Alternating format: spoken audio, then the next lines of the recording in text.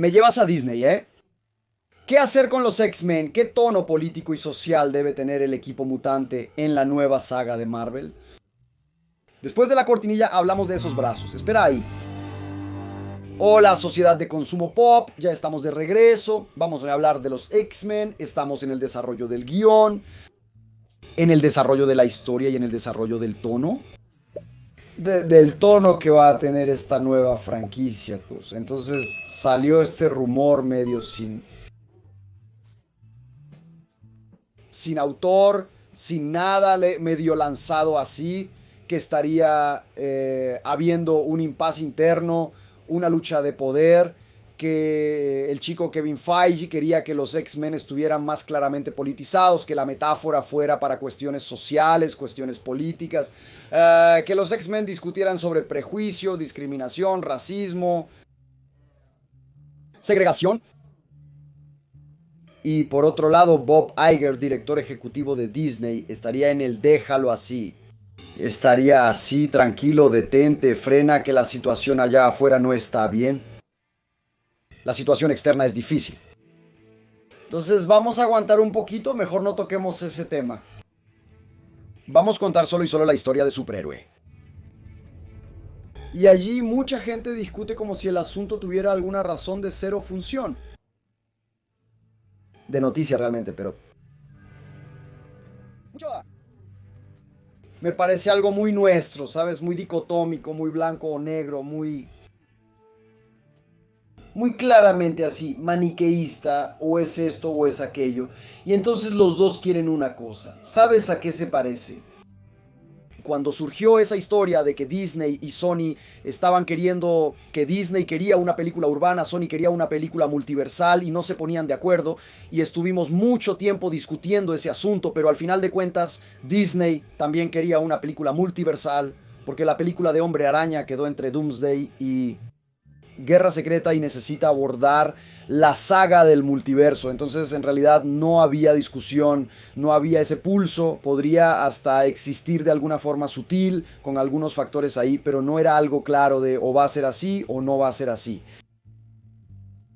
Toda esa historia de los X-Men, creo que está pasando un poco eso, algo intencional, para generar división, para generar discusión, para generar polémica, para generar clics, engagement, que es la moneda de cambio aquí en las redes sociales. Entonces, inventan que hay que tomar un lado y otro lado. Entonces, ¿cuál es tu lado? No hay lado. Bob Iger y Kevin Feige quieren lo mismo, dinero. El lado es el dinero.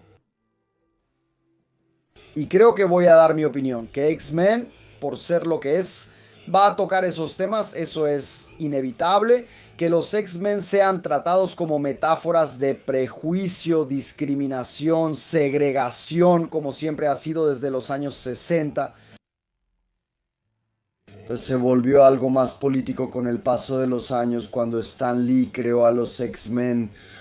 Stan Lee no era un tipo politizado, no era un tipo activista, no iba a marchas contra la guerra de Vietnam a favor de los derechos civiles, no era un tipo así involucrado con la política, pero era un tipo atento.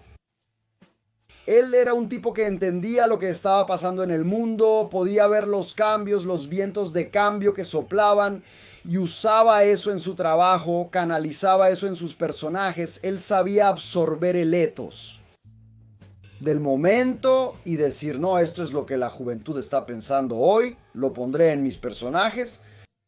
Él mercantilizaba la atmósfera de su época y usó eso en El Hombre de Hierro, lo usó en los X-Men, lo usó en otros personajes que va a crear como Pantera Negra. Evitar que los X-Men sean ese tipo de metáfora es imposible, ni siquiera los X-Men de los 2000, que era un periodo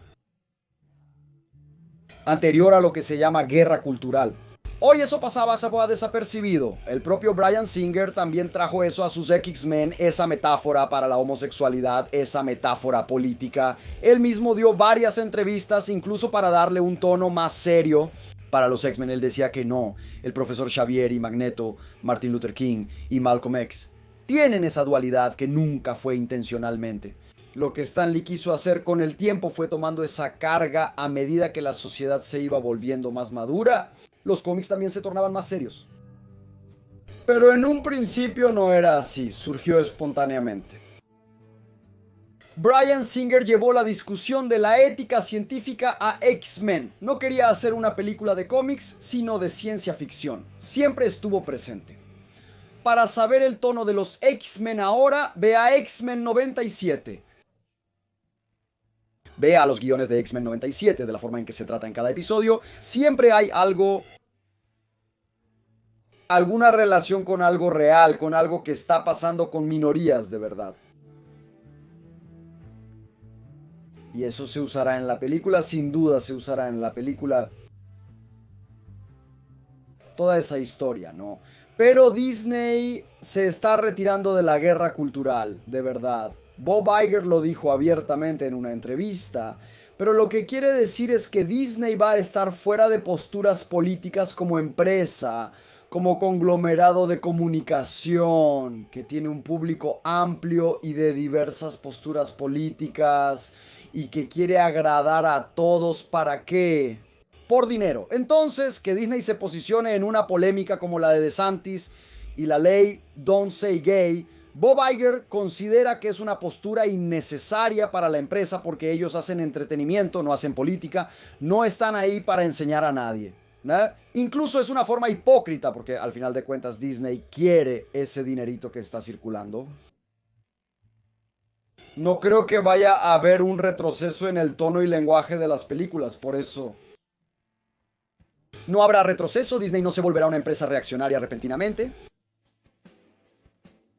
Va a continuar con esas mismas posturas, con esas mismas directrices, incluso algo que ya está medio que consolidado en sindicatos y todo eso, esa historia. Esa historia de diversidad, ¿eh? De tener tantos por ciento, un coeficiente de minorías subrepresentadas en el equipo, en el elenco. Todo eso es algo que es checklist. No es que alguien quiera hacer una locura aquí. No es una locura, es algo que está pasando, que es real. Hay que abrir los ojos y ver lo que está pasando. Entonces toda esa historia de, si Bob Iger manda, ya que él manda sobre Kevin Feige, los X-Men no van a estar politizando los temas, no van a estar dando lecciones sobre los temas. Eso no va a pasar. Yo creo que la tendencia es un lenguaje un poco más sutil. No tan explícita como era hace 5 o 10 años, que fue el auge de ese enfoque. Ahí esa es mi opinión sobre esa supuesta polémica que yo creo que es completamente fabricada, justamente para generar ese malestar en línea que estamos viendo. Hay mucha gente comentando y yo tengo que decirlo aquí, también tengo que dar mi opinión. La gente está creyendo que los tipos hicieron un debate en vivo como si fuera algo real y se pusieron a discutir sobre ese tema. Y no hay, ¿verdad? Creo que Kevin Feige y Bob Iger están mucho más en sintonía que en desacuerdo.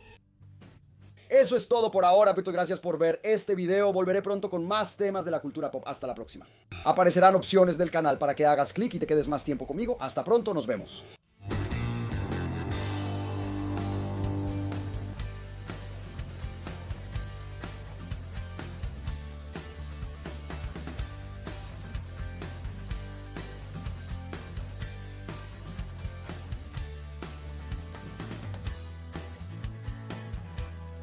Subtítulos: Adriana Zanotto.